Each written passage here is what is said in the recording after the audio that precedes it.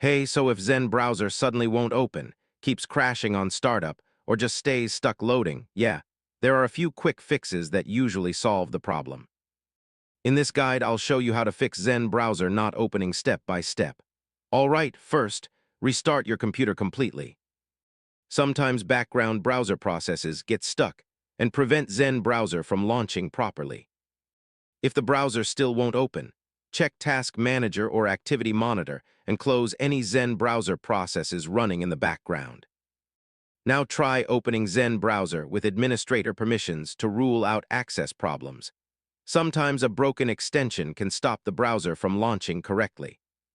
Corrupted cache or profile data can also prevent startup, so clearing temporary browser files may help. Make sure you're using the latest version of Zen Browser because outdated builds can cause startup issues.